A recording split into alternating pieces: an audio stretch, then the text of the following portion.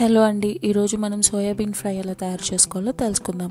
ముందుగా దీనికి కావాల్సిన పదార్థములు సోయా బీన్స్, ఇవి గ్రాన్యూల్స్గా ఉండేవి, ఒక ఆనియన్, గ్రీన్ చిల్లీస్, కొరియాండర్, ఇంకా కర్రీ లీవ్స్, తాలింపు దినుసులు, ఆయిల్, ఉప్పు, కారం, ఇంకా పసుపు. ముందుగా సోయా గ్రాన్యూల్స్ని కొద్దిగా చింతపండు వేసి ఒక 5 minutes పాటు బాయిల్ చేసుకొని స్ట్రెయిన్ చేసుకోవాలండి. ఇప్పుడు స్టవ్ ఆన్ చేసి పెట్టుకొని దానిపై పాన్లో తగినంత ఆయిల్ వేసుకొని తాలింపు దినుసుల్ని అందులో వేసుకోవాలి.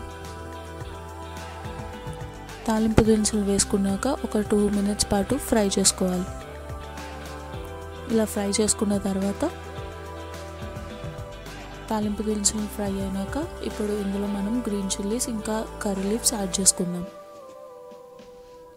జాగ్రత్త అండి, స్ప్లటరింగ్ వస్తుంది.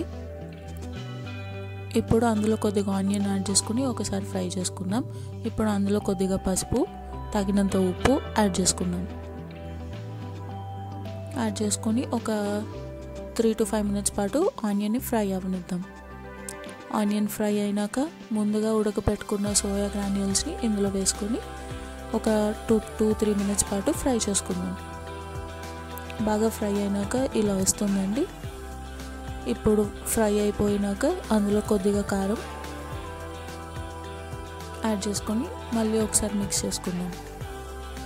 కారం యాడ్ చేసుకున్నాక ఒక 2 minutes పాటు ఫ్రై చేసుకొని లాస్ట్లో కొరియాండర్ యాడ్ చేసుకొని కొత్తిమీర యాడ్ చేసుకొని స్టవ్ ఆఫ్ చేసుకుందాం. అంతే, ఎంతో ఈజీగా అయిపోయే సోయాబీన్ కర్రీ రెడీ. ఇది చపాతీలోకి, రైస్లోకి అన్నిటిలోకి బాగుంటుందండి. ఈ వీడియో కనుక మీకు నచ్చినట్టయితే నా ఛానల్కి సబ్స్క్రైబ్ చేయండి. అలానే పక్కనున్న బెల్ ఐకాన్ని